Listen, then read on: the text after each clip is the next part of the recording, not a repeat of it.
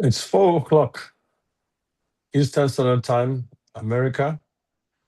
Let us pray. Father, we thank you, we love you, we appreciate you, we magnify your name, we give you praise. We're excited to be alive today. We thank you for preserving us, preserving our children, our loved ones, pastors, family members all around the world. We're grateful. Daddy, we're excited again tonight that indeed you will speak to us and that you empower us and impact us. Almighty Father, that you use your Son gloriously well to be a blessing to the body of Christ and the entire world. In the name of Jesus. Amen. Praise the Lord. Hallelujah. Amen. Good evening, everyone. My name is Ade Adewole, the lead pastor for Jesus Tabernacle, Ellicott City, Maryland, USA. And I'll be your host for this empowerment event. Therefore, on behalf of Jesus Tabernacle Church family worldwide, I welcome you all. And I thank God for this opportunity that we're able to gather here tonight virtually. And I thank God for our guest speaker and for the gathering of everyone participating in this event across the world. In our midst tonight, I know we have many professionals, specialists, investors, entrepreneurs, academicians, students, men of God, women of God, and many people spread across both private and public sectors watching and listening. My prayer is that tonight's presentation will be impactful to our collective development, progress, and prosperity in Jesus' name. And before I introduce our guest speaker, let me mention a few announcements. This event is streaming on both Zoom and YouTube platforms of the church. So you can always go back and listen on YouTube after the event. And also, we'll be taking questions after the presentation. And for the sake of orderliness and to avoid distractions, everyone's device microphone has been muted. So if you have any questions, please type your question in the chat and we should be able to get to you accordingly. And also encourage everyone to be mindful of the time so that everybody can have opportunity to ask their own questions also. And if for any reason, we're unable to get to every question tonight, we ask that you please email your questions to jtmedia18@gmail.com. jtmedia18@gmail.com. And we'll graciously respond by God's grace. So thank you so much for listening and complying. And it gives me great pleasure, without wasting time, to introduce my brother, friend, and a partner of JT, Mr. Patrick Munis, to each and every one of us. Patrick Munis is the visionary leader of NewWave Holdings, LLC, a dynamic portfolio of IT companies, changing the relationship between technology, information, and humans in healthcare. As founder of NewWave Telecom and Technologies Incorporation, which has provided successful engineering and design to the Centers for Medicare and Medicaid Services, CMS, since opening in 2004. Patrick also launched and incubated Onyx Technology LLC in 2020 to build the state-of-the-art infrastructure for health data interoperability. And also Aquatic LLC in 2019 to harness the power of AI and natural language processing to enable value-based healthcare delivery. And NewWave India in 2020 to support the development of engineering talent necessary to meet this revolutionary moment of change in healthcare. It sits on a couple of advisory boards. It serves as industry leader in the following advisory groups: MEEHIP, MEEHIP Advisory Workgroup, and Onyx Health Advisory Board. And when he's not trying to change the world through technology innovation, Patrick enjoys quality time with his wife, Sharifa, who is the chairperson for the NewWave Foundation, supporting his children in their sports and also other pursuits, listening to podcasts, and delving into the world of international soccer leagues. Wow, that's wonderful. And of course, he's been awarded with so many awards, Enterprise Awards, to mention a few: Ernest and Young Entrepreneur of the Year, 2015, Top Minority Owned Business Award, 2017, Federal Health Innovation Award 2019, and so many awards. It's a man driven by vision to use technology to empower humanity. And he also works to build innovative teams of technologists that solve for the greater good. By the special grace of God, God has empowered him. He sits, he has over 500 employees all around the world. I don't know how he does it, but God has been gracious to him. And it gives me great pleasure to introduce my dear brother, Patrick Munis, tonight. God bless you. Thank you so, so very much for your time. We appreciate you. Over to you, sir. Thank you so much, Pastor, and good afternoon, everyone. My name is, Patrick Munis, like as Pastor has said. Thank you so much for this opportunity, Pastor Ade. I just want to say I'm very glad to be able to kind of share this, and I am very, I want everybody to know that the slides are just like a foundation for us to have a conversation. This is a topic that is better in a conversational question answer, setting. But I'm just going to use these slides just to kind of give us a reference point of what's going on in the world today, right? So with that said, sorry, hold on. So next slide, the guy you see in that picture is me, right? So like I mentioned, I have an MBA from MIT. I'm a AI practitioner. In the bio that Pastor read, I purchased an AI company over 10 years ago. So a lot of us in the industry, we've been doing this for a long time. We saw this coming. And I have to be honest with you guys, we've seen what we see right now is moving at an extremely accelerated, pace. So I think it's time that we all realize that AI is here to stay. It's not going anywhere. I think one of the things you're going to see in the slides, I'm just going to talk about the opportunities, the challenges, and I think the world is changing right now. I think that there are things that we could do that could we can really benefit from it. So with that said, I'm going to go into the next slide. So the agenda for today, I'm going to talk about the job market, the current data, right? I'm also going to talk about the layoffs out there. I'm also going to talk about the tech journey. How did we get to AI, right? Because I think a lot of people, that are not in the field might not really know. AI has been something that has been there. It's like technology. These things are brewing, and with the right opportunity and stuff, they all come together and present themselves. Why is AI different? We're going to talk about that. The generative power of AI. And we're not going to focus on the sector impacts, right? I just picked a couple of sectors. I mean, I could pick more sectors. If people want to know more sectors, we could talk about it. And we also want to talk about strategic advice, for I picked like 4 different audiences. And also one of the things that we also, I recommend here is a plan A and a plan B for folks, right? As we've all seen, and you see in the slides, the marketplace is changing very, very fast, right? It's not the same marketplace that was around 5 years, 10 years ago. So it's a completely different marketplace right now. And also I'll talk about the business, opportunities that are going to come out of AI. I also kind of put some extra slides just talking about AI, some of the toolkits. And I also kind of put like one of the hottest, things right now. I don't know how many people know about Cloud, Bot, but it's a personal assistant that can completely revolutionize the way you kind of interact with, the way you do anything every single day. So with that said, I'm going to go to this slide here. So guys, this slide here talks about the current job market, right? And it's very, very interesting where we are right now in the current job market, right? There's been 51 layoffs since the beginning of the year, right? 25,000 people have been impacted by the layoffs, since the beginning of the year. And the data, I want you, this data here, 874 layoffs per day, right? it's a very, very important number because we're still in January.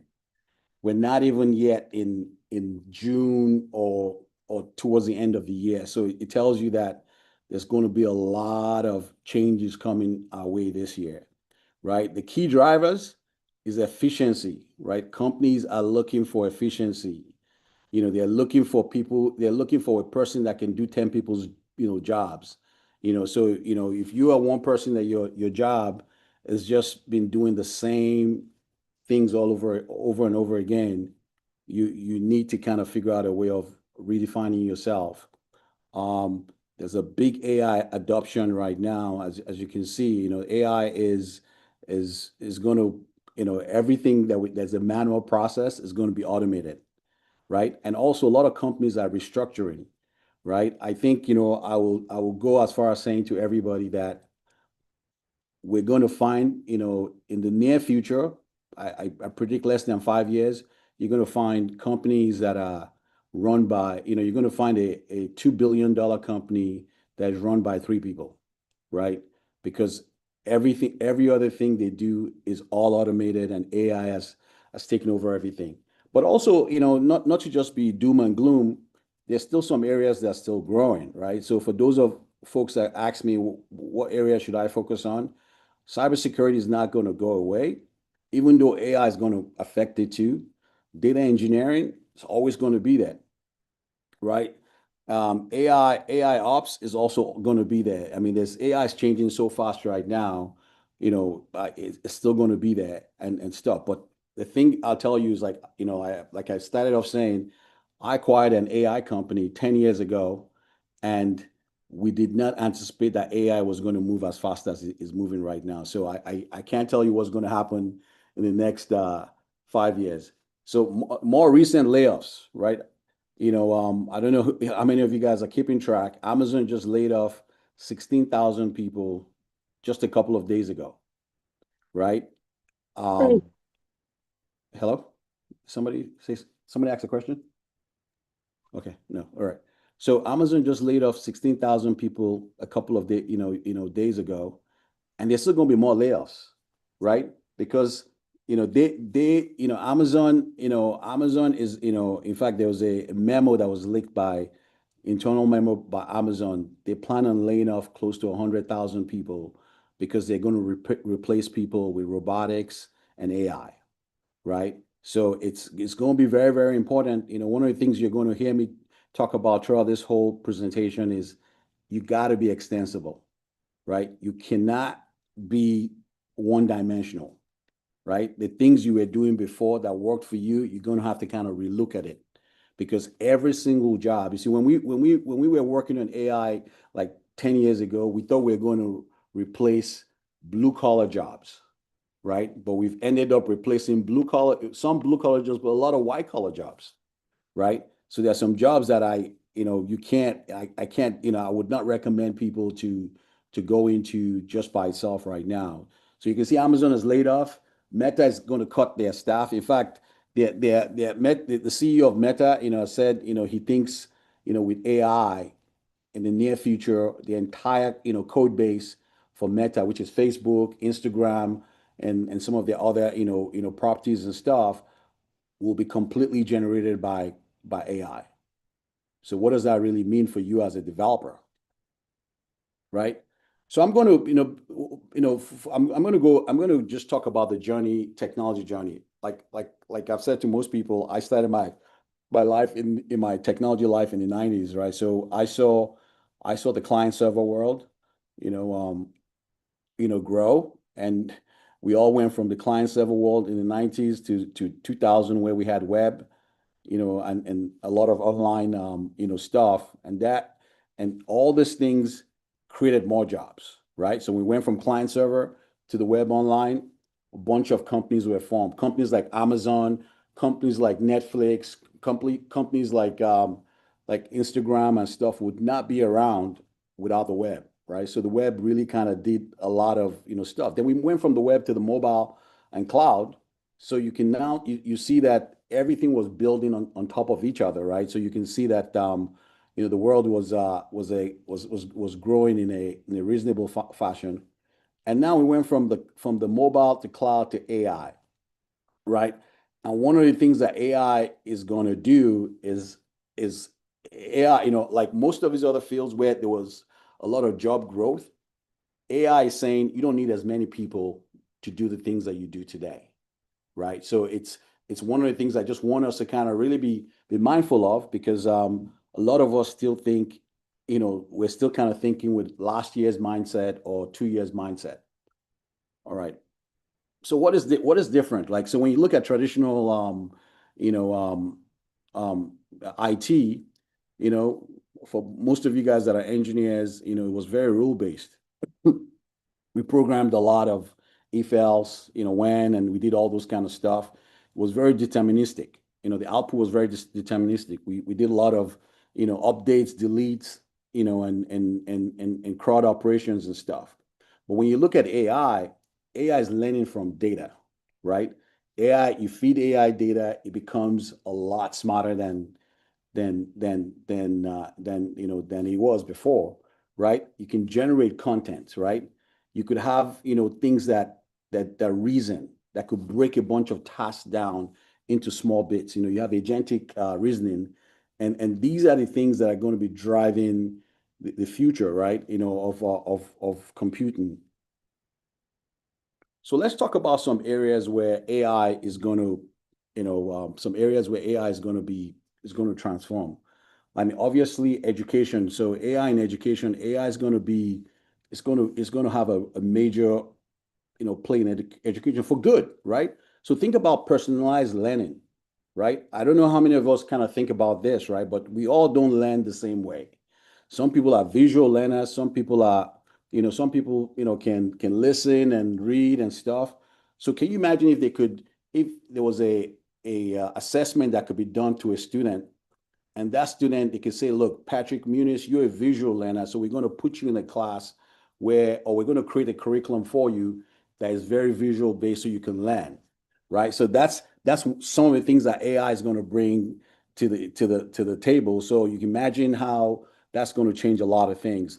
You can also imagine, like, tutoring, right? Today, if you wanted to get tutored, I mean, obviously, I think you could do some things online on Zoom, but, you could have AI agents that could actually teach you math, teach you physics as good as and the way they will teach you also is that they will learn how you learn, right? And come up with a methodology for you to kind of learn how to do to be able to kind of create tutorials for you. So you can think about things that like CanMigo, right? And Socratic and stuff. These things will guide you based on your knowledge, right? The way school works today is one size fits all, right? You are at the mercy of the smartest student in the class, right? And the teacher kind of focuses on the smart student, and a lot of students get left behind. But with AI, you could imagine a world where every student is met where they are, right? So they could learn the best way they can. And because the goal of school is for you to kind of acquire the knowledge, not just the grades, right? So yeah, so you can also imagine AI is going to have also a very big part in a lot of teachers spend a lot of their time grading papers, right?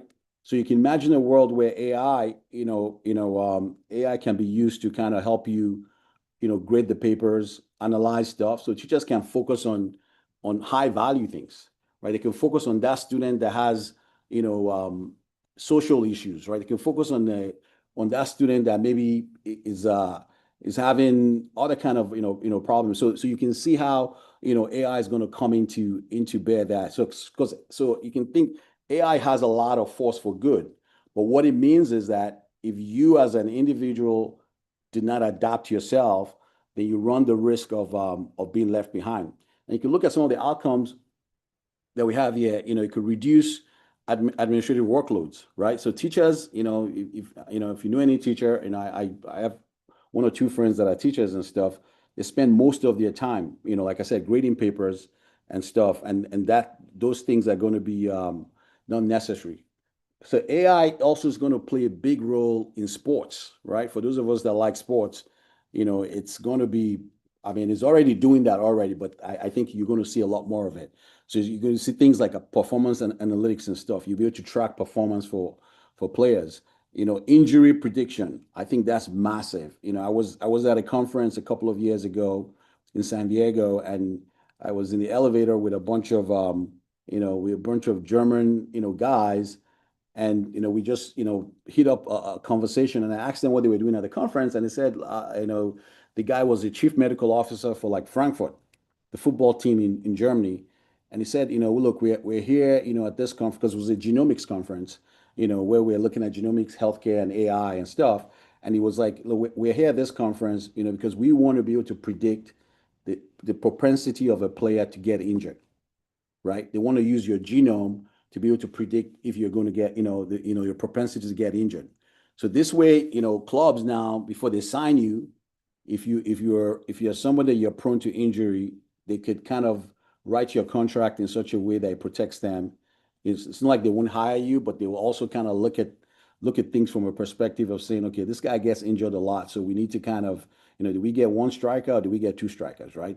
Because this guy could get injured. So you could also look at, AI. Yes, some of these things are already happening now. So these are not like future stuff. They're happening today. Just only going to get better, right?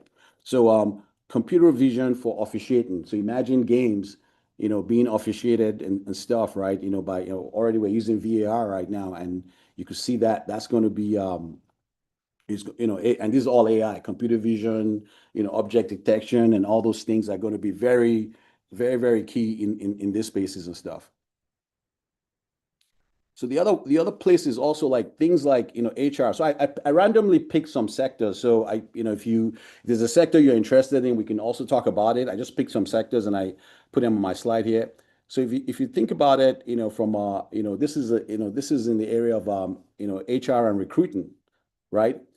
HR and recruiting, think about what HR folks in HR. If there's anybody in HR, you can agree or disagree with me. Most of them spend their time reviewing resumes, right? In fact, you'd be surprised they don't even have enough time to go over all the resumes that they look at, right? But with AI right now, they could 100% look over all the resumes and be able to kind of determine who's qualified and and they could kind of segment them into different buckets and say, this guy's are the tier ones, these are the tier two, tier threes and stuff. So AI has the ability to do all that. Human beings, there's only so much you could do as a human, computers can do those things, for you at scale, right? The other one is skill matching, right? So, skill-based matching, right? A lot of times, people make, hiring decisions just based on feelings and stuff, in AI is very, obviously the other piece of AI that we should also talk about is the biases. There's biases in AI, but I could spend a whole day talking about that. But think about it from this perspective, you could match the skills, make sure you pull the best candidate out, and look for the right experience in the resumes. Also, you could have like automated, you could have AI kind of schedule the interviews. You could have chat bots where you could ask questions.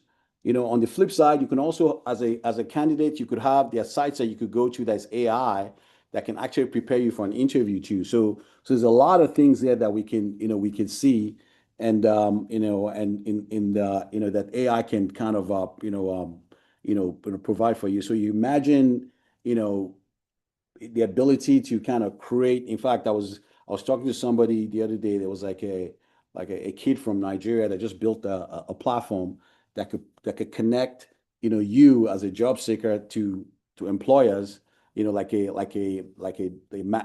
dating app, but for work. It could connect you to a candidate to an employer. All you just have to do is just post your stuff in it. So, and all that stuff is using AI to kind of do all the matching and go out and look for what companies are hiring for. So these things are super important and stuff. So the next one is AI in nursing, right? So if you think about the nursing field, and the medical field, there's a lot of burnout, right? Doctors spend a lot of their time, taking notes. Doctors spend a lot of their time, on administrative things, right? So now, and this is already happening. So it's not, it's only going to get, like I said, I acquired a company 10 years ago. One of the problems we're solving for is being able to kind of read medical records and be able to kind of, help, put that data, natural language processing. So the things that humans read, we could do that with, with NLP and stuff, but AI is going to come in with helping, with document automation. So if you could save nurses, 10% or 20% of their time, you can imagine what they could do with it, right? In terms of, productivity and stuff. Also, you can imagine the world where you have things like remote patient monitoring. So now you don't have to be in the hospital. I can monitor you from home. I could put devices on you. I could put cameras. I could put it could give you a smartwatch and stuff that can monitor your heart rate and stuff. And if anything goes out of line, we could send somebody to you, right? So imagine that's the future of healthcare. A lot of it is already happening now, but that's going to be the future, because you can't build enough hospitals, right? I mean, COVID taught us a big lesson when it came to like if everybody if a pandemic happens and everybody's running to the hospital at the same time, there's no way they could take everybody. But with things like remote monitoring, people can kind of engage you from where you are and stuff, anywhere you are in the world, which is also very exciting if you really can't think about it. So it means you could be here in the U.S. and be taking care of somebody in Tanzania and stuff, right? As a doctor, you could be monitoring, or as a nurse, you could be monitoring, monitoring their health and stuff. Also, like things like AI triage and diagnosis support, right?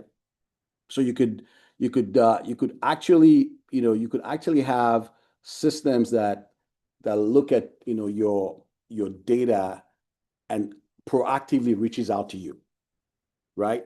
I always tell people that like your car, our cars have check engine lights, right? But we as humans, we don't see that sometimes. But the data that you generate from your Fitbit, from your smart, weight,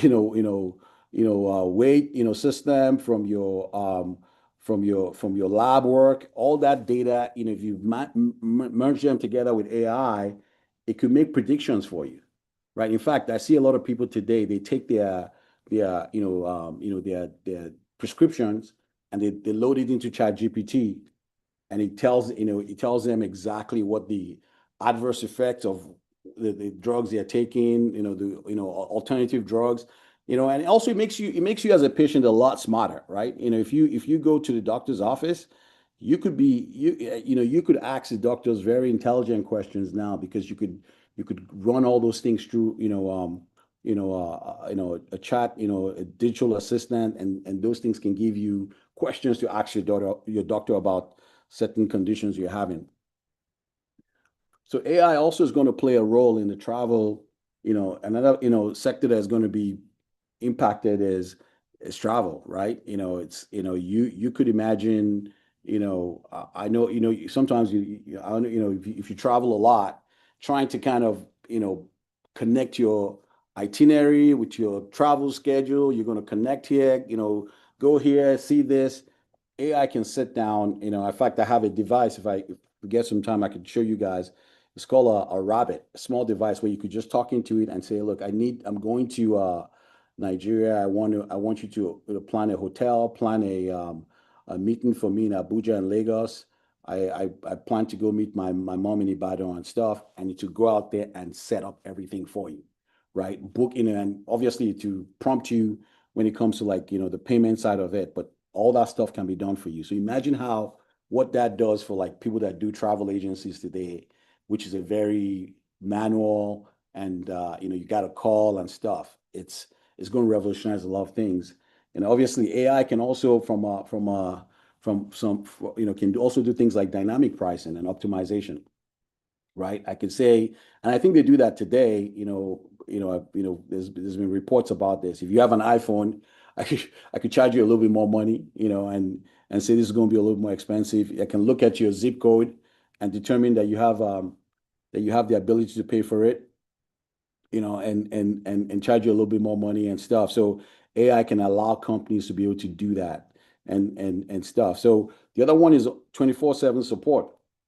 So now, a lot of times, I don't know how you guys feel, but sometimes dealing with customer services on the phone can be very, challenging, right? You could have, you get bounced around, you get moved around on the call dealing with humans and stuff. But now you could have things like, there's AI engines right now. In fact, we've built systems in my company that, you could actually have AI talking to you and you don't even know that. It's like, it's the way it's been so perfected, the voice, waits and listens and responds at the right time. So this is where the world is going. I tell people that in the call center business, people that do support, you got to kind of figure out a way of redefining yourself, because those roles are going to be moving away, it's going to be changing in the future. So here's some of the recommendations I have. Obviously, I think there might be some students on this call, and I'm pretty sure there are parents on this call, right? I think it's very, very important that you have your kids become AI natives, right?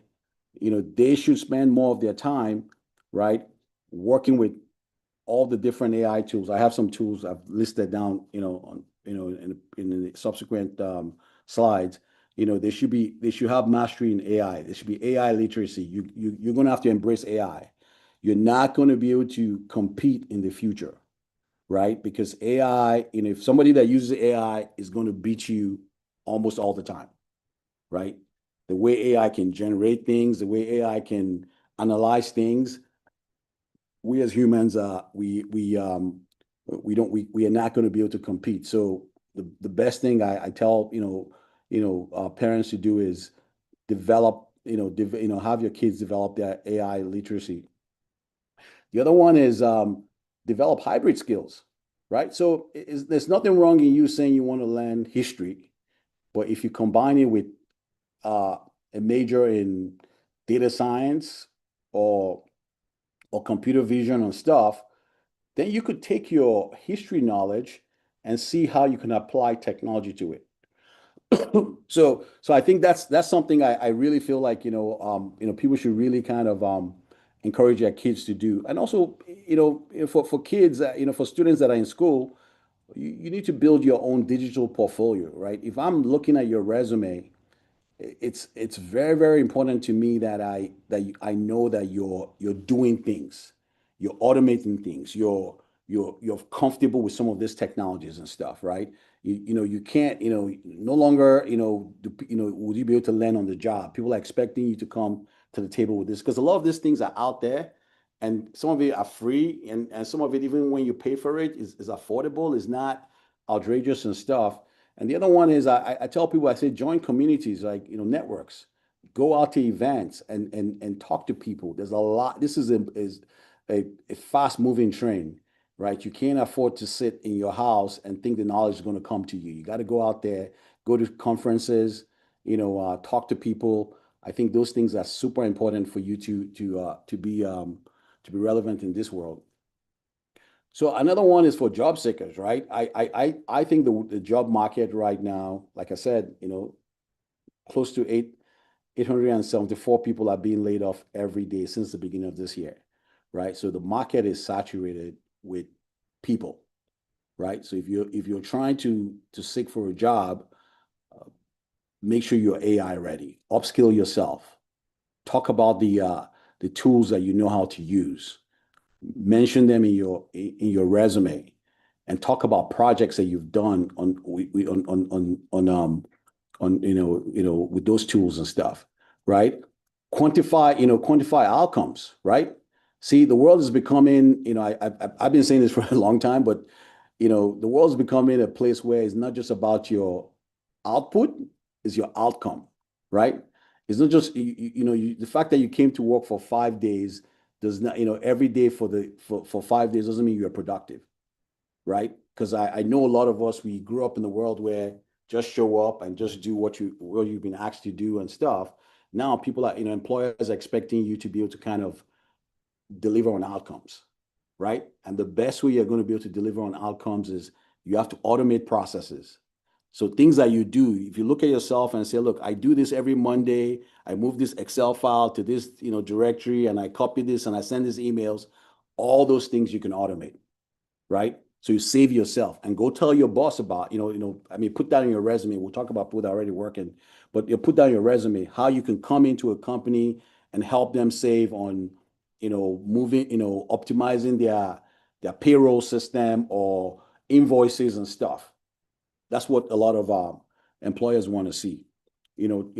Target growth roles, right? That's is very, very important when you're looking for a job now. Make sure you're looking for things in data analytics role. Make sure you're looking for things in AI operations role. And even if it's not tech, make sure, like, even if you're a nurse, if you have like a background in data science, it makes you a little bit more attractive than someone that doesn't have it. Also, I mean, signal your expertise, right?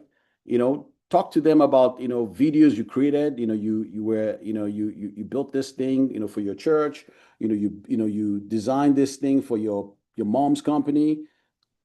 Talk about that. It's very, very important. Or if you already, and I'm talking a lot about people that are just getting into the job market, but I'm talking about, but even if you've been in the job market for a while, you're going to have to find a way of redefining yourself, because the competition, and the things that AI can do, if you show up without it, is, employers are just not going to, deal with that, because they're competing with other companies that are doing AI. So if they're not doing AI, then someone's going to eat their lunch and stuff. For small businesses, right? If you own a small business, look, like I've said, I'm betting in the future we're going to see companies, that 3 people and they're $1 billion company, right? Because a lot of things are going to be automated. So all your workflows, everything you do in a company, make sure you can automate it. And there are tools to do all of that, right? Things, because I think when you look at people at work, they get into this repetitive, I move this paper, I go to this person's office, I send this email. Sure, I know it's activities, it's not productivity, right? So how do you become productive is you really want to automate those things and look for high value things, right? I think, as a small business, you can't afford to, in the future, you can't afford to hire all the people that you hired today or hired a couple of years ago, because you're not going to be competitive and stuff at all.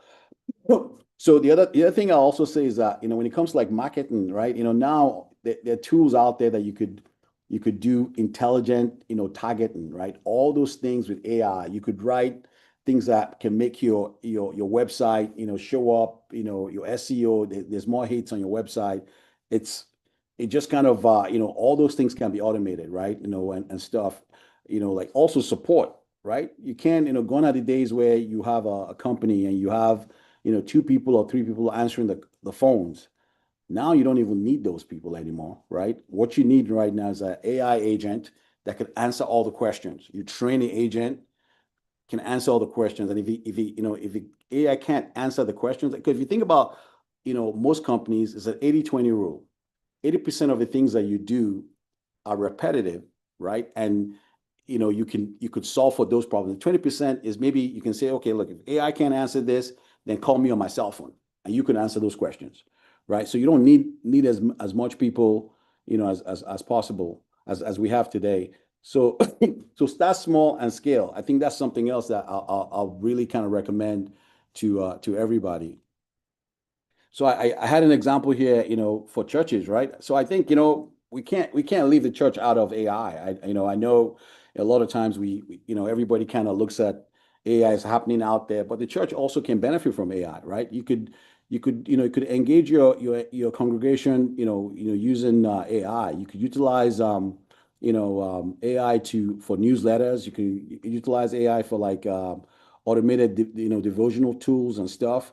You could have AI, even like, you could have people turn in prayer requests that AI can actually analyze and say, okay, this will go to Pastor Sheyi, this will go to Pastor Ade, based on what it is, right? So there's a whole lot of examples where AI can definitely, help with the churches and stuff. So you organize better, right? You want to do, events. I mean, there are AI things that can help you analyze and say, look, we got to focus on, this is the area in Elk Ridge that we need to kind of focus on, right? There's more people, low income people here. This is, stuff, and AI can help you kind of, target, those, things. Also, AI can help you with creating profiles for your visitors, right? You can't have a one size fits all for people that visit your church, right? You can say, look, that Gen Zs, this is the way we kind of engage them. AI can help you come up with brochures or come up with songs or come up with, stuff and pick things for you, Bible verses and stuff that kind of relate to those, groups and stuff. And I think that's also very, important is, you can translate, to different languages with AI, right? So I know sometimes we take it for granted that everybody speaks English and stuff, but you might be able to translate things for people, in places where they don't speak the language, English, and they're still able to get the essence of your message and your sermon and stuff. So I think AI, is also playing in that space. So like I mentioned right now, I think, the marketplace is, like I said, we've already had 25,000 layoffs since the beginning of the year. And from what we are hearing, there's going to still be more, right? A lot of companies are really trying to downsize and do more with less, right? Like I mentioned, they're looking for one person that can do 10 people's work, right? And not 10 people's work the traditional way, but 10 people's work built around AI. So you're going to find, I call this section, you have to have a plan A and plan B, right? So employers are looking for leaner teams. They're not going to be hiring the large teams that we used to hire before, right? Because there's no real need for them. I mean, AI can do a lot of it, right? I mean, AI is not perfect, but AI can do many of it. Many times you still need a human in the loop to kind of do some things, but AI can do a lot of things that we spend our time busy work that we're doing. AI can do that. So the other thing is also a lot of companies are looking to automate everything. In fact, I was talking to somebody a couple of years ago, and he said, look, when you join, he works for one of the big companies. He says, when you join, you don't even get to meet anybody. Everything's all automated for you. They send your laptop to you. They set up your stuff. They tell you where you're going to see. They direct you. They give you a map of where you're going to see. So you don't get all the niceties that people have when they join a company where they walk you around and stuff, because all that stuff could be automated, right? And that is that's the way it is.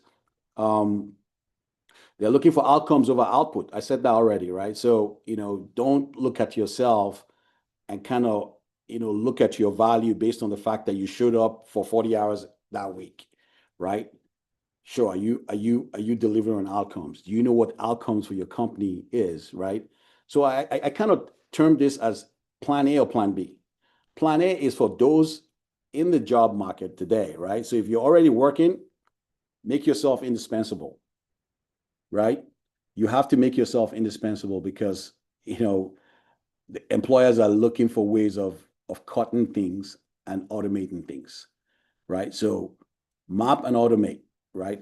I can't say that enough. If you're lucky enough to still have a job and stuff, you should kind of make sure that you kind of look at it from a perspective that now I have to kind of do more, right? To kind of make myself indispensable. I can't just be okay saying, oh yeah, this is what I did last year, or this is what I did 2 years ago, right? You're going to have to kind of make yourself a lot more indispensable. You also have to kind of build AI, build AI, play around with AI. I'll tell you guys one thing. With AI now, you don't have to be a computer science major or IT expert, right? Now you could do things like vibe coding. I don't know how many of you guys know things about vibe coding. You can actually write code that's based on you describing something and to generate the code for you, right? So if when I start talking about the opportunities in AI, because AI is not all doom and gloom. It's just the fact that it's moving so fast, and there's a lot of chaos in the industry. I think the same energies that the big companies that are using the AI have, every individual one of us have the same things.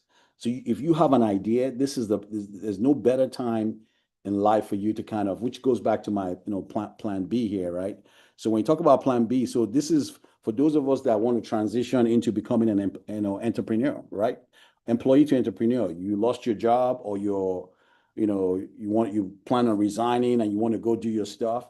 There's no better time in the world to do that, because you have on your phone and access on the internet to the same technologies that the big companies you have. So it's now kind of left for you to kind of spot the opportunities, right? As someone that if you want to start a company, spot the opportunities, find areas where there are gaps, right, in the industry, right? And I used an example. You're an HR manager, you're frustrated with the manual, resume screening. You could start a company that helps, companies outsource their HR with your own, AI agent. Goes out there, it looks for resumes, screens them, make sure everything is fine. Then you send them down to companies and they pay you per resume per people they hire. So you could be an AI recruiting consultant. You could build that in no time. If anybody wants to, I could show you how to build stuff like that. And you can have a 90-day plan, because like I said, I feel like this is the best time for anybody to really go out there and explore, right? I know sometimes it can be difficult if you've already been in the job market and you're used to kind of earning a certain amount of money. But like I've said, if you have an idea and you think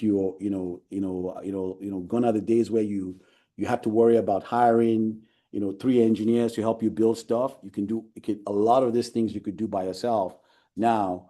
But even if you can also do it, even if you brought in an engineer to help you, you don't need as much resources. And I think I really encourage people to kind of learn these things themselves. So let me talk about areas where, and I think I kind of mentioned some of it in the past. So I'm not going to, keep going through all of them. Like I said, we could use AI to diagnose stuff. Let me jump. Even the same thing we talked about travel. These are areas where there's opportunities. We talked about education, tutoring, also, stuff. We kind of talked about it when we're talking about sectors. Hospitality, concierge service, you could do that. And you could even do that from here. So you could actually have a concierge service for people that want to travel to, let's just say, you have people that are going to Nigeria and stuff, and you wanted to, they want to spend time visiting this place. You could have AI created for them, and they pay you for your services in that place. You want to do consulting, now you could have AI can generate a lot of your templates and stuff for you. You could create, training. You could actually, as a consultant, I think there's an opportunity for people to go into companies and help them upskill, right? Train them. There's a lot of people that need to upskill their stuff. For those who are already working, or you've been in the workforce for a while, you need to kind of figure out how you go from where you are to becoming AI savvy and stuff. So that's another opportunity for those, for those who want to go out and venture into the consulting space. So I kind of looked at some tools here, and there's a lot of tools out here. So this is not exhaustive of all the tools out there, but these are some of the tools out there that you should. I mean, I'm sure we all use ChatGPT and we use Claude and stuff, but there are other tools here. Midjourney, you want to, generate videos.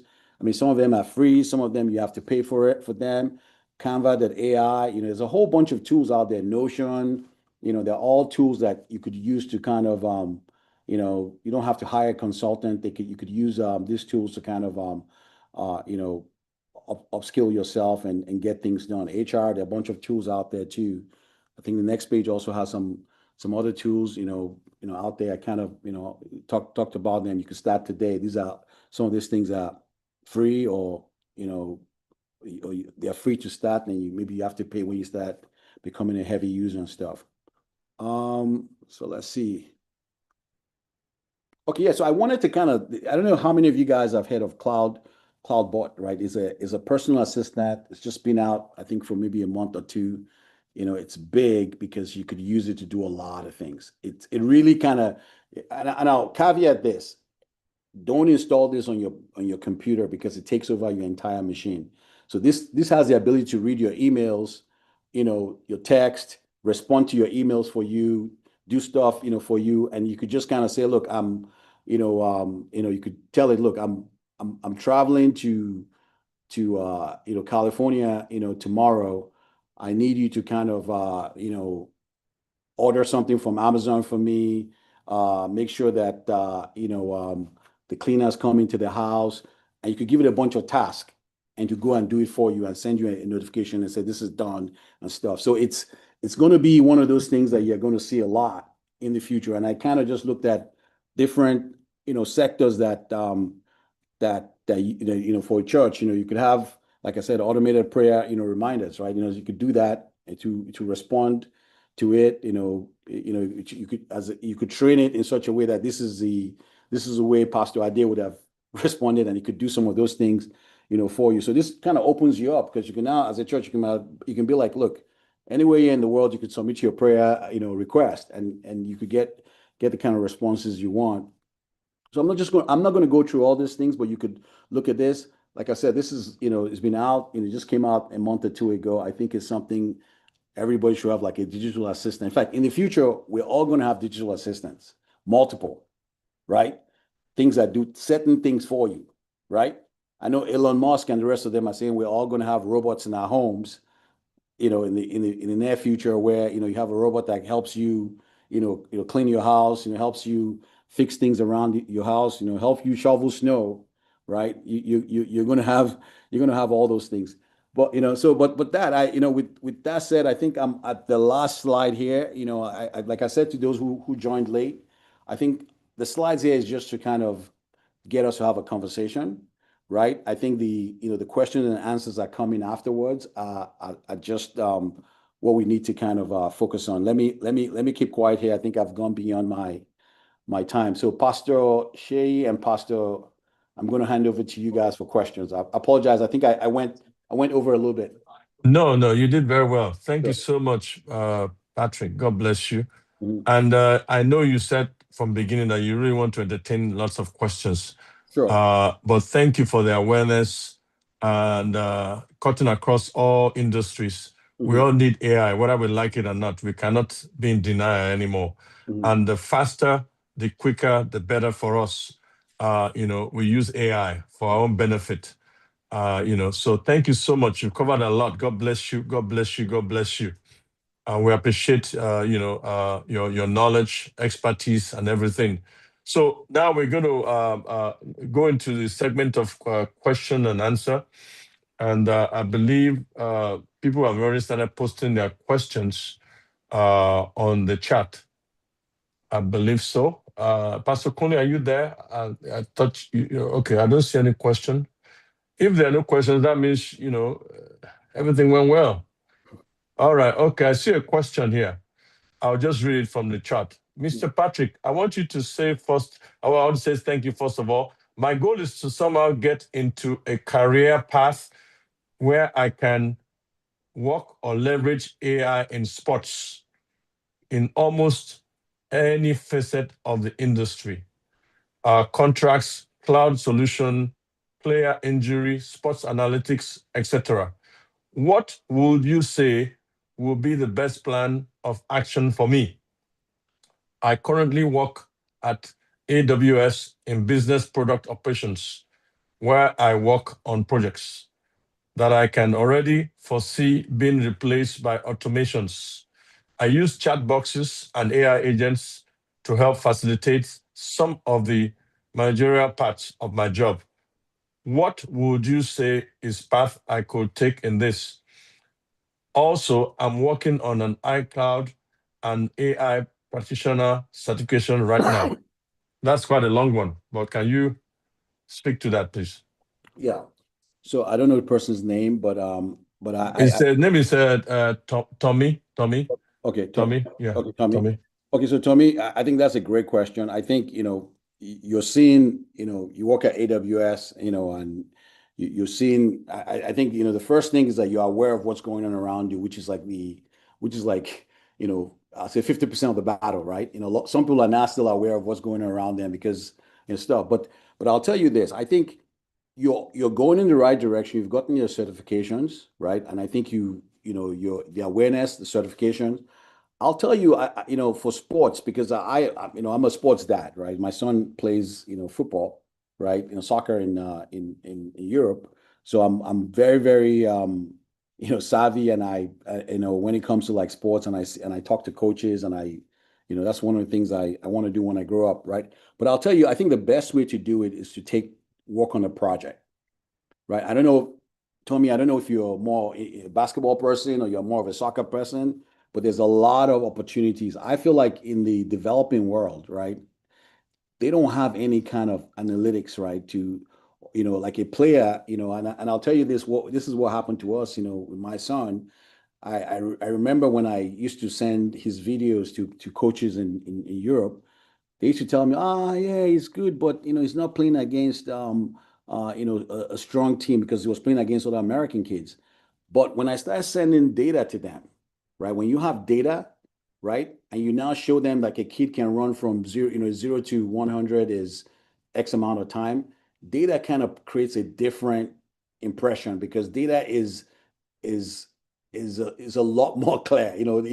Data is data kind of is more fact based, right? It's like this kid can, his past completion is this. He can play. He plays 90 minutes or 70 minutes every time and stuff. He scores. You give them the stats and stuff. I think that kind of has a better impact on coaches than just video, because people have seen so many videos that are doctored and stuff. When you show them data, it kind of creates a different stuff. So if you wanted to kind of solve a problem, I think in developing world, we don't even have any data. We don't have when you play football in Lagos, or you're playing football in Jerusalem as a player, and you want to go professional. You don't have any. If somebody asks you, show me your resume of what you've done, you don't really have any way of kind of doing it in a quantifiable way. So if you build a platform for like developing countries to kind of look at data for sports, whether it's basketball, whether it's football, any sports, analyze it, you get metrics from it. I think it's something that you definitely, there's a huge market for it, and people will pay for it. And if you imagine if you did that and said, look, everybody's going to pay $100 for you to kind of take their videos, analyze it for them, and give them back the data. I think it will work big time in developing countries. I mean, most professional clubs in the world are kind of doing that today. But if you go back to the youth teams and the developing countries, I think there's a huge market there. Thank you so much for that question, answering that question, Patrick. God bless you. And the next question is, how much for tasks such as, no name here, how much for tasks such as helping with completing an assignment? I don't know if that is understandable. How much for tasks such as helping with completing an assignment? Patrick, did you pick that up? Well, if the person is a student, I'll say, most schools now don't kind of smile at, they frown at you using ChatGPT and stuff to do your home assignments, right? So I think, I don't know what the profile of the person is, the student, but I think what the difference now is that you can also use AI to kind of learn, right? So now AI can kind of look like, remember I talked about it in one of the examples I gave. I said, everybody learns differently, right? So if you kind of if you're a student and you're trying to learn how to write, right? Some people writing comes to them naturally. Some people don't. It doesn't really come to them naturally. So if you can kind of go through a bunch of AI engines that teach you how to write, then you can still get the assignment done as a student. But if you're looking at if you're let's say you're an employee, sorry, and you're thinking about the assignments at work, go look at, like I said, I've listed out some AI tools there. Look at how some of those tools can help you do the work faster and more effectively, right? And go tell your boss, right? Hey, look, this thing that used to take us 3 days, I was able to do it in 3 hours, right?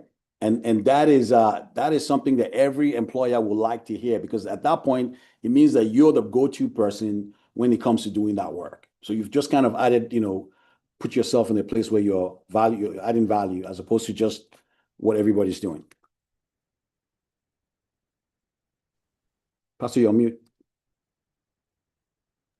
Yes. Thank you so much, Patrick. So let's go to the next question, please. Okay. PK, you can read if you want to, please.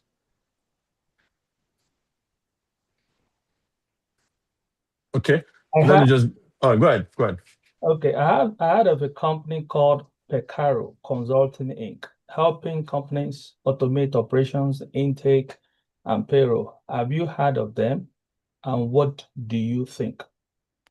I haven't heard of them, because I'll tell you, there's so many companies coming up, that are doing payroll stuff. I mean, I know of other companies they're doing payroll. I mean, look, these days, the amount of, the amount of companies that say we're, AI, we're building AI. I think AI right now helps your valuation as a company. If you say you're doing AI, you're kind of looked at as somebody that's trying to solve big problems.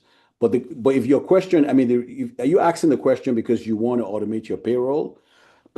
Is that what you're asking in the question for, or what's your end goal really for that question?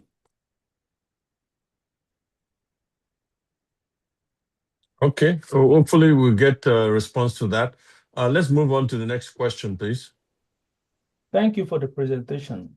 I just wanted to know, how can I possibly develop my skills in AI during grad school and majoring in public health? Okay. No, I think one of the things, like I said, I mentioned something to,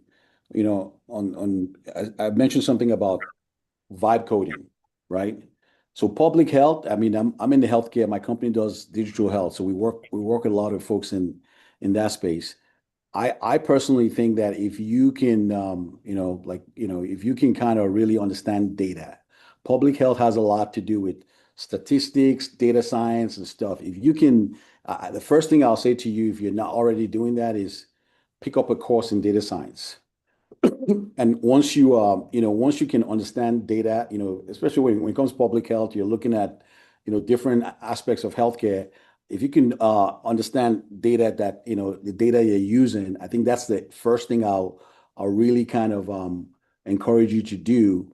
And if you can take it, from data science, and you take a class in really kind of looking at machine learning and data, and deep learning and stuff. I think those are areas also that you could kind of to really kind of help you a lot, and stuff, because now you could now write, build machine learning models that could help you solve problems. So and look, there are also tools that they're also like healthcare related chatbots that can answer questions for you, and stuff. And I think I also say in with public health is, you also need to not just know the healthcare side of the world. You need to know the regulations and all the different policies and stuff. So there are tools now that you can actually ingest those policy stuff into, and you could query them and ask them questions.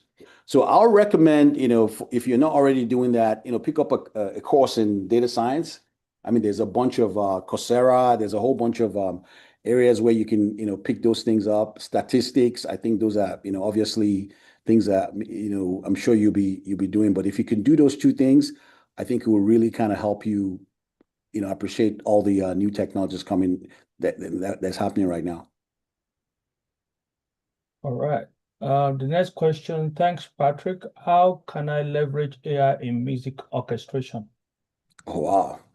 That is an area that is really, really interesting, because I don't know if you guys remember, there was I think it was, and my dates are off here, right? But there was a music that was generated by AI, right? And was trending on Spotify and Apple Music. So this was a music that was the lyrics were written, the beats, everything was generated by AI, right? And even the persona was generated by AI. So I personally think that I personally think that AI is going to, you see, here's what I kind of struggle from two, from two perspectives, because I think what's going to happen in the future is that we're going to have an overdose of AI, that people are going to be tired of AI, right? So I still think you should go to music school, right? And learn the fundamentals and all the things in music, then combine it with AI, and stuff. But I'm seeing people right now that have no business, in music, but you can use AI to generate beats that are going to be the hits, and they're going to generate lyrics that everybody's going to be like, wow, this is pretty incredible. But so I think we're going to get to, I think, and we're getting there. I think we're already there, where people are now looking at things and say, this is AI, right? This is AI, and they kind of discount it, right? Because people really want, I think at the end of the day, we still want a human. Like I always tell people, I'm not going to go watch a soccer game that AI or robots are playing it. I don't think it's going to be as fun as watching, people play, right? So I think, at the end of the day, as humans, we still need that, we still need somebody that looks like us, that creates stuff. So, but I'll tell you, go learn the fundamentals of music, learn, the different aspects of it. I don't know, what aspects. I don't know if you're on the business side or just on the technical side of music. Learn those things, then combine them with AI. Look for how you can streamline, automate some of the processes. But I still think people are going to look for originality in the future. All right. Next question. Thank you for this session. I'm a newly certified NLP coach from the UK. I would love to hear your thoughts on a few ways I can implement AI into my coaching business. Mary from UK. So NLP, like NLP, like natural language processing? Okay, if it's NLP, natural language processing, there's a ton of things you could do, right? So today, if you go to, even America here too, but if you go to most developing countries, everything is still done on paper, right? A lot of us, our birth certificate, our marriage certificate, if you're married in Nigeria and stuff, a lot of those things are still very they're still very paper-based, right? So can you imagine if you could automate those things, go from structured, unstructured to structured data? Imagine the kind of things you'll be able to do with those things, right? You can now kind of be able to kind of build analytics on top of those data sets. So if NLP, you're talking about natural language processing, I feel like there's a lot of opportunities to look. And also another thing is being able to kind of translate things between languages, right? There's a lot of times that if you think about, let's just take Nigeria for example. There are people. Nigeria has over 256 different dialects, right? So there are people that there's nothing being created for them, right? And the people that don't live in Lagos or live in Abuja, how do you reach them as people, right? You can use NLP, you can do a language translation, for them. Another area is you could do things like speech to text, right? So today, instead of you having to type, right? I mentioned the doctor's office. Most doctors now at least the doctors I work with, most of them are using speech to text. So they don't even have to type anymore. They could just talk to you, and everything goes into their computers and stuff. So there's a lot of opportunities in that space. You just have to kind of figure out where you want to start. Question number 7. Thank you, Patrick, for this wake-up call on AI. How can people, especially aged between 50 to 65, who previously had no knowledge or understanding of AI, get started? Sure. No, I think, look, everybody, should be using ChatGPT. Let's just, or I can mention or Claude or other tools out there. I think you should be doing that. I think is really powerful when you think about somebody has gone out and crawled across all the data that's out there on the internet, and you could ask a question and you could get an answer, right? So I think, everybody should be comfortable. I think every human has questions that they want answered, right? So if you start off by asking, look, a lot of times I go on ChatGPT and I ask, ChatGPT, okay, how do I, I'm coughing and, I didn't sleep well at night. What are some of the things I think could be wrong with me? Right. So you remember I mentioned, early on that most of us, when we go to, before all these technologies were available, you go to your doctor's office, you just went there and the doctor talked to you about what was wrong with you. But now you could research and have questions for your doctor. So I think the first, step is be comfortable. Obviously, I'm assuming you have a laptop, you have access to the internet. So I kind of skipped all that process. But if you already have those things, be comfortable going to ChatGPT and ask questions, right? You'd be surprised what you discover just playing around with it, and anything that comes into your mind, you could, ask questions about it. So that's one area. But the other piece of this is AI is going to level the playing field. Like I've said, you as a, as a 50, 60-year-old person, you have an idea, and you've kind of incubated the idea in your head for this long, and you never really knew how you could implement it. This is the time that you can actually go out there and even go in ChatGPT and say, look, I have this idea of how to I want to start a small business where I'm not, where I'm just, advising, couples and teaching them, passing on marital, experience to them. You could actually do those kind of things now and build a system around it and stuff. So I feel like, as long as you have ideas, you have access to the internet, I think you should get comfortable with those things, because the ChatGPT, Claude, that is knowledge. That's existing. That's outside knowledge that's out there, right? And those things are things that you should be curious. Are questions that, at least I have questions about a lot of things, and I go there and ask, and I'm really kind of surprised sometimes how what it comes back with. So I think get comfortable with all those digital agents and stuff. Then I think when you start getting comfortable, then I think you can now start going. You can now start going into more advanced things like having your own personal assistant, right? If there are things that you do every single time, you should automate it, right? You want something to wake you up at 6 a.m. to pray, and while you are praying, you want to record the stuff. All that stuff you can automate. All right. Next questions. Question number 8. Lovely presentation. I already use AI at work in a financial institution for my own tasks. How do I take it to the next level and start earning money via a second income stream using AI? What's the best advice you can give? How do I scale up to make myself a player in that field? Because there is still a back-end knowledge requirement, right? Sure.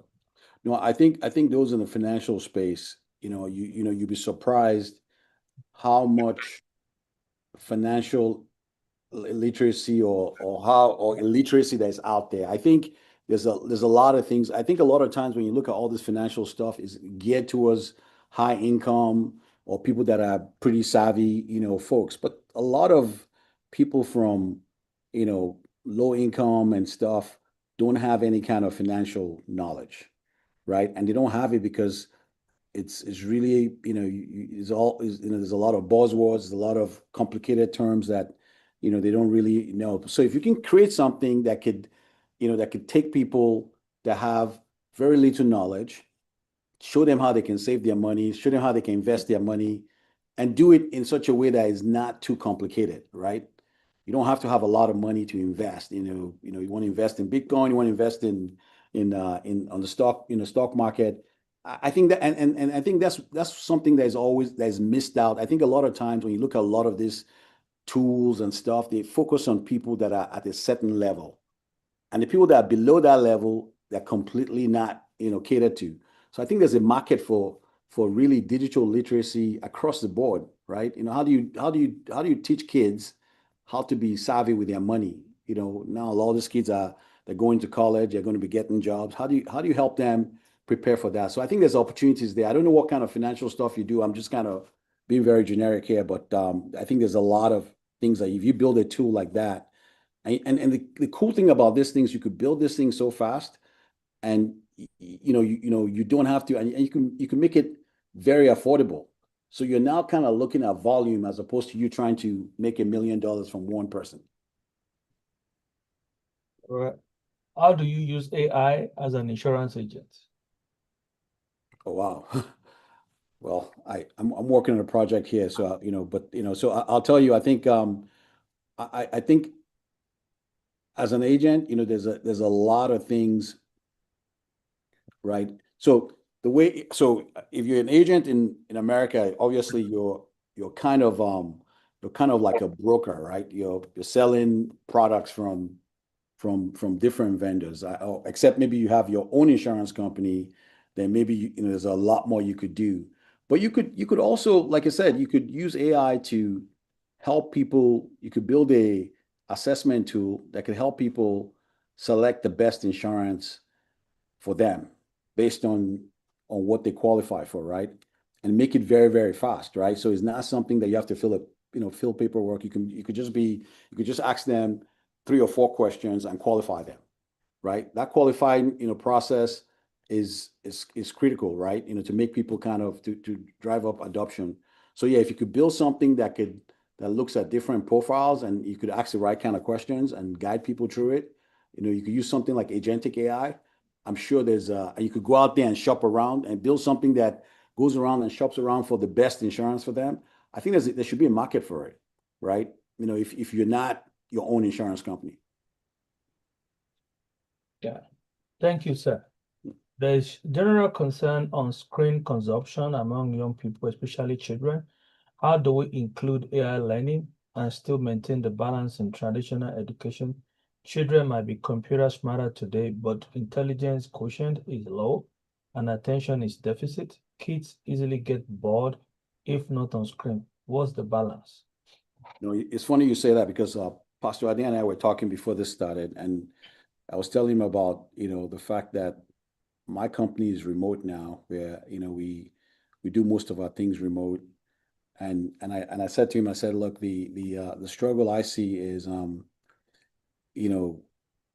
for new engineers that are coming up, I think there's they're missing out on a lot of things. There's a lot of things you learn when you are in the same presence with people and you're able to see two people kind of, especially in engineering where two people kind of argue about coming at a single solution from 2 different points of view that is missing now. You can't really do that on Teams very well. I think there's something to be said, sit in a room and be social. And I think the same thing also happens, with kids. I think it's very, very important that they go out and they engage, play sports, engage people. The social aspect of things is super important, right? So I think now parents have tools that can monitor what the kids are doing. They could make sure that they could, manage screen time. I mean, I know there are tools out there that can, that could make sure that kids, only spend certain amount of time on the internet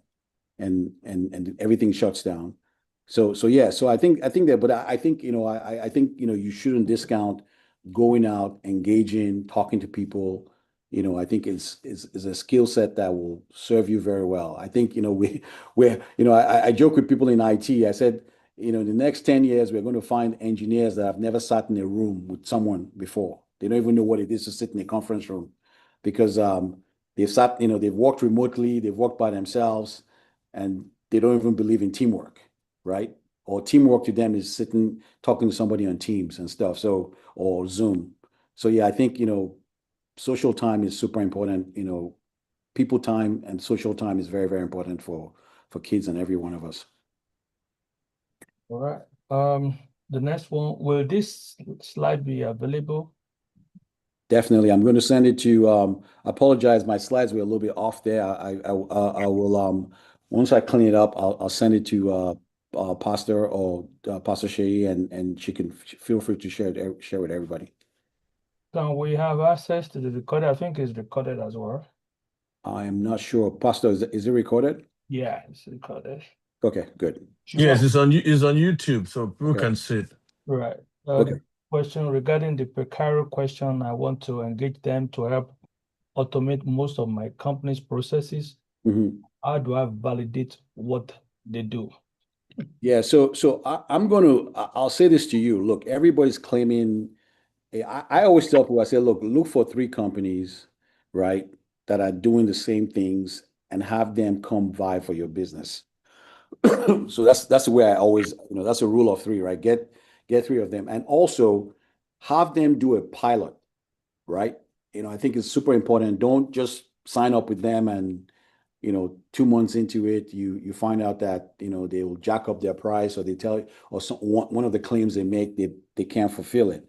So if you could put an agreement with them and say, look, we're going to do a 90-day pilot, right? And if the pilot hits a couple of these metrics, then we could move forward. If it doesn't, then we stay where we are. So, and you give them a small subset of your data, not everything, so you don't kind of overcommit yourself. I think that's one of the things you should do. But I always say, if you tell a company that you're talking to another company, they usually, it's usually a good way of getting them to give you a better deal, right? If they're the only ones that they know that you're talking to, then they tend to kind of take advantage. So I'll tell you, just get another company that does. A lot of companies that do that payroll stuff, right? So you should, you should be in good. And also, I'll tell you something about payroll. Don't, if you commit, because it's going to affect your business if it doesn't work well. Payroll might not be done on time.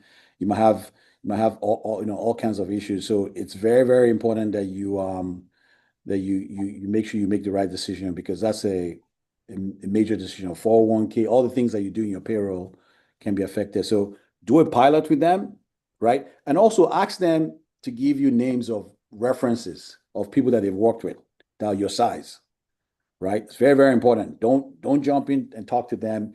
Ask them to engage, give you two customers that of your size that you can call them directly and ask them what the experience was, especially people that fit your profile. If you're coming from Excel to their product, make sure you talk to someone that's coming from Excel to their product, right? Or you're coming from QuickBooks to their product, make sure you're talking to someone that's done that before. Make sure it fits your own use case, because if not, you might just be that guy that it didn't work out for.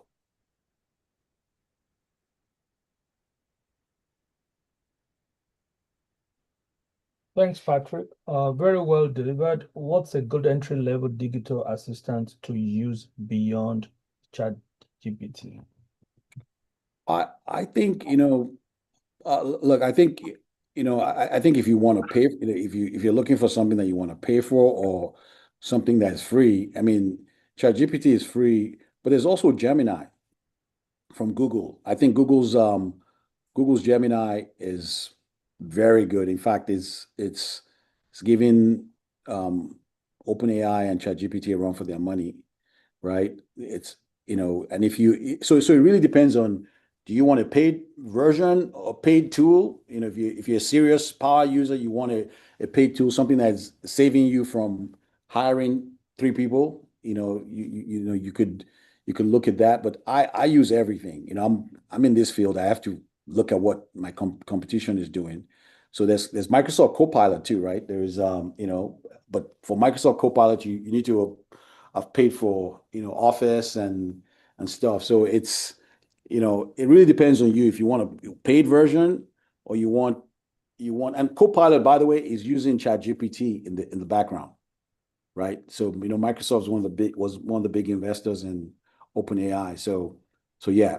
But I think it depends. I always tell people, I say, look, it depends if you're doing it for fun, or you're doing it for paid, for if you have a business that you're doing it for and stuff. All right. Next question. Thanks, Patrick. Great information. Can you please touch on some of the risk points on leaning 100% on AI as a resource tool, especially digital agent like ChatGPT, etc.? Thanks.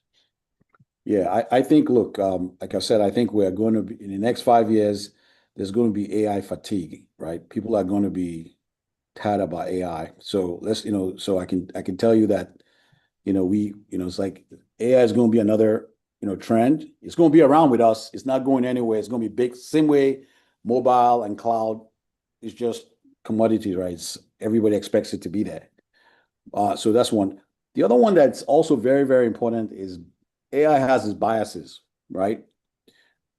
So people that train the data they use to train it might not fit your profile as a person. So there's biases in AI, right? And we need to be very careful about that. In fact, that's why I encourage a lot of minorities to get into AI because the data sets and the people that train the data today, a lot of times might not look like you, right?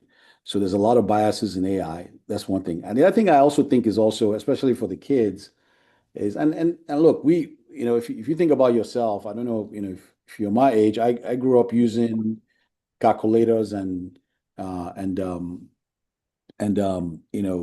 reading, things from books, textbooks and stuff. The kids that are growing up right now, some of them might not even recognize what a textbook looks like or what a calculator looks like, right? So I think, the worst thing that can happen to us as people is, you know, if the internet gets shut down, God forbid, or something is not working, then people can't think anymore, right?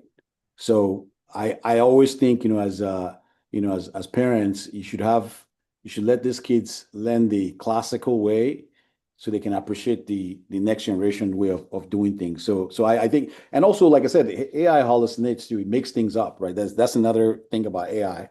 It makes things up, not all the time that it knows, exactly what it is, so it can make things up. So you got to also be careful. There's bias, but there's also hallucination and stuff, right? So those are things that we should be careful about. But for kids, I think they need to kind of get the best of both worlds. If they're completely just, I can't do anything without AI, then if for some reason they find themselves in a place where there is no access to AI or AI is down, then they're not going to be able to function.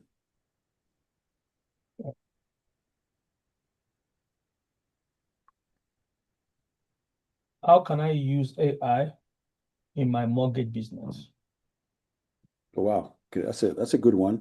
So yeah, like I said, I think ability for you to, a mortgage is really to kind of, I mean, I think the two opportunities that come to mind for me is if you can collect data on people today, right, that have bad mortgages or mortgages that are that maybe they got it 3 years ago and the interest rate was high and the interest rate is better now, or however it is, and you can create an AI tool that reaches out to them and look for ways of you kind of helping them solve that problem. AI can do all those things for you. You can build agents that data is out there where you can say, look, I'm going to have this agent go out, reach out to people, and based on the data sets you have, and tell them how you can help them improve their mortgages. That is that I think that that's doable with AI. You could do that today,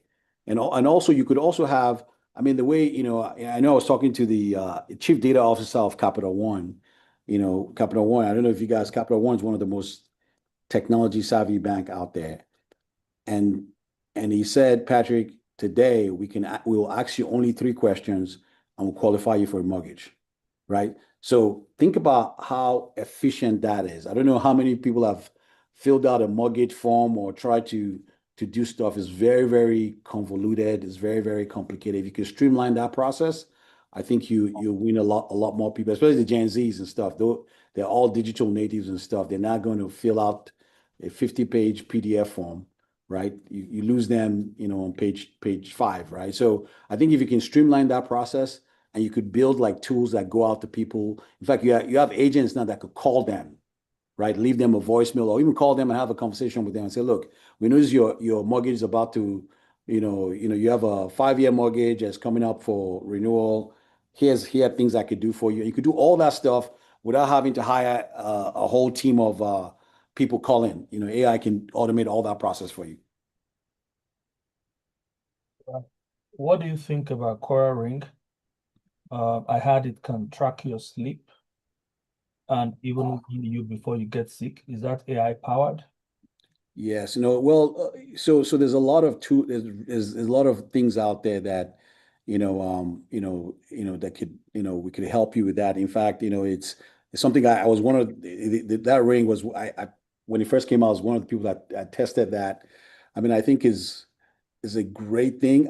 Here's where my problem comes with a lot of those things, tools is a lot of times you end up living your life based on the data they generate. So if he told you that you didn't sleep well that night, then you'll be cranky the next day because you found out that the tool told you didn't sleep well. So I think sometimes data is good, right? But sometimes if you and sometimes the accuracy of those things they're not 100%, I mean, they're getting better, right?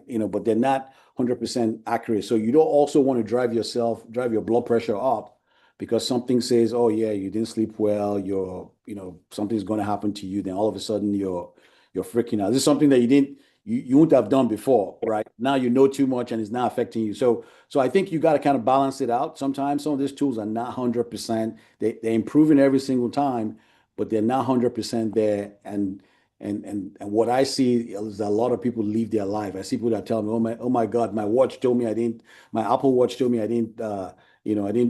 sleep well, or I didn't take enough steps, and all of a sudden they're sad and they're depressed, right? So you just have to kind of balance it out. Yeah. 18. What can happen if we don't understand the AI hallucination? That could be very dangerous, right? Because you could make up things, right? That could hopefully is not life and death, right? Imagine if you were that. I'm sure we all Google. I know I do that when I have a headache, or I'm having I have a headache and I have a cough at the same time. I go out to ChatGPT, or I go out to Google and I ask a question, and if it doesn't really know it and it comes up with something that is not true, and now I'm living my life saying, oh, I only have 2 days to leave, right? And that stuff is wrong. That could be very devastating. So that's why I always say, look, as much as AI is cool, there still needs to be, especially for things in healthcare, there has to be a human in the loop, right? AI does not, as much as they've trained it with stuff, I think human beings are so complex as beings that you can't use, just data to come to a conclusion. It's one of the points, it's one of the inputs, right? But it's not the end all be all. There's still a human doctor could look at you and say, oh, Patrick, there's nothing wrong with you. You just need to work out or something, so I've seen those kind of, there are many times I walked to my doctor's office and told him I think I have COVID, and they do the test and I don't have it, right? So a lot of times is we self-diagnose ourselves, but we still need a human in the loop that tells us, whether things are true or not. Right. Expecting a question from other channel. Okay, here's a question.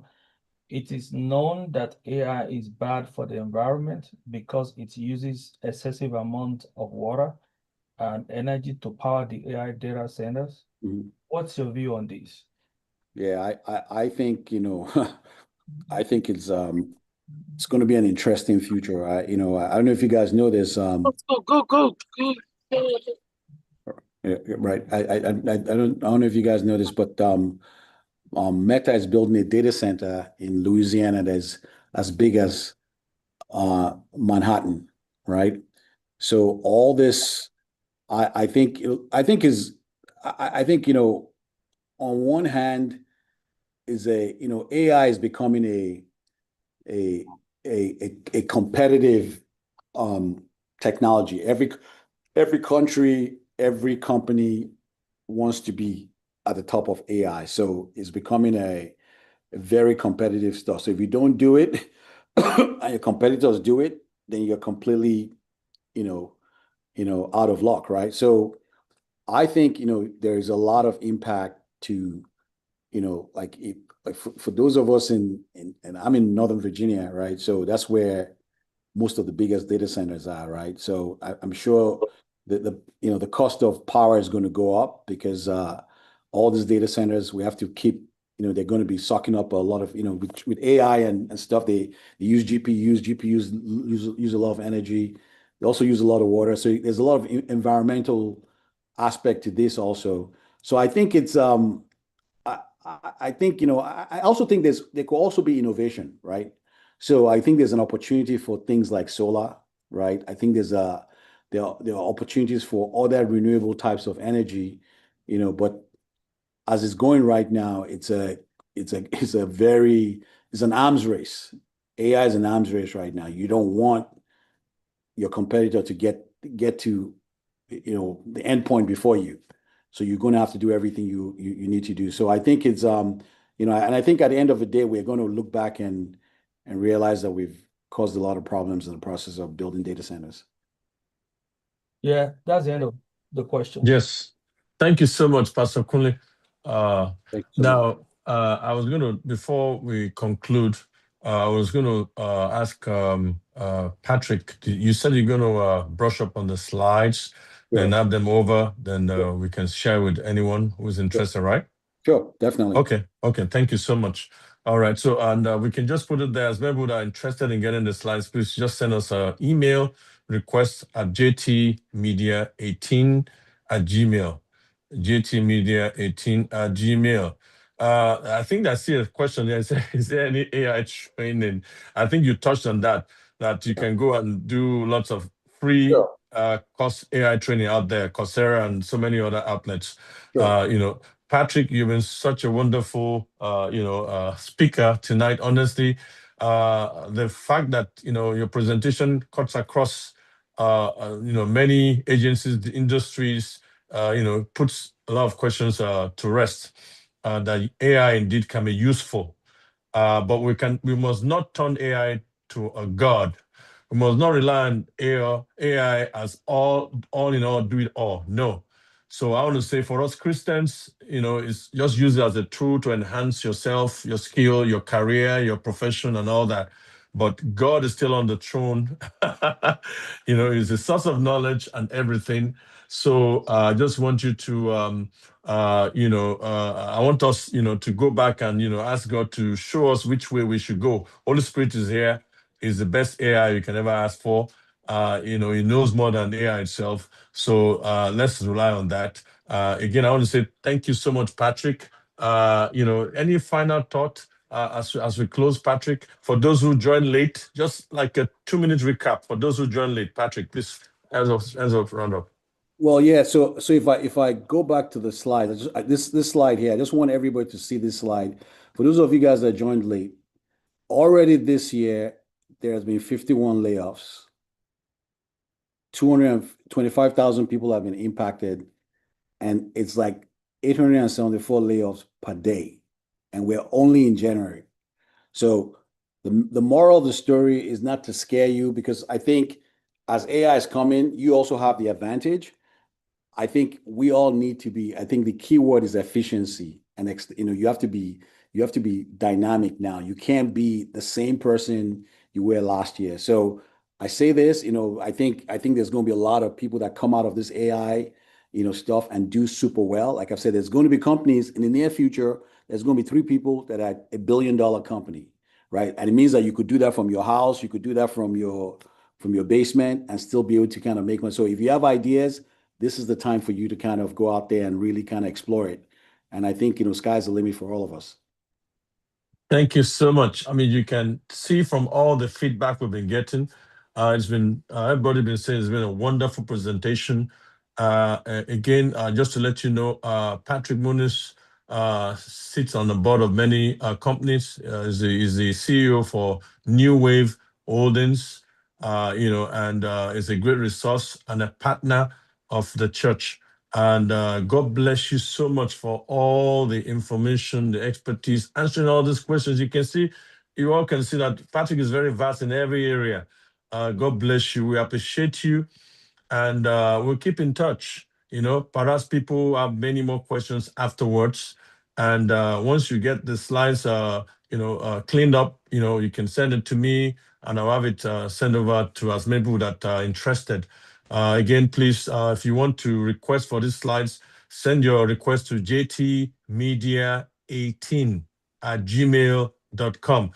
Patrick, all we owe you is just, prayer for you that you excel, you will succeed, you will prosper, you and your family, and that God will make you great in the land. This is selfless service you're providing to humanity, and it's only God that can reward you handsomely, and you will do great things. That even your name and your companies will become household names in this world, in the name of Jesus. And we pray for peace for you. We pray for good health for you. We pray for sound mind for you. We pray for long life for you. To continue to make people's lives better.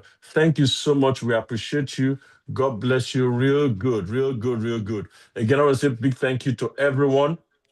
And I also want to ask people to go back to YouTube and go and watch it over, listen again in your cars, in your homes. Just share with your friends, and brainstorm. And please, one thing we believe as human beings, don't just hear what you've heard, do something about it. Age is not an issue.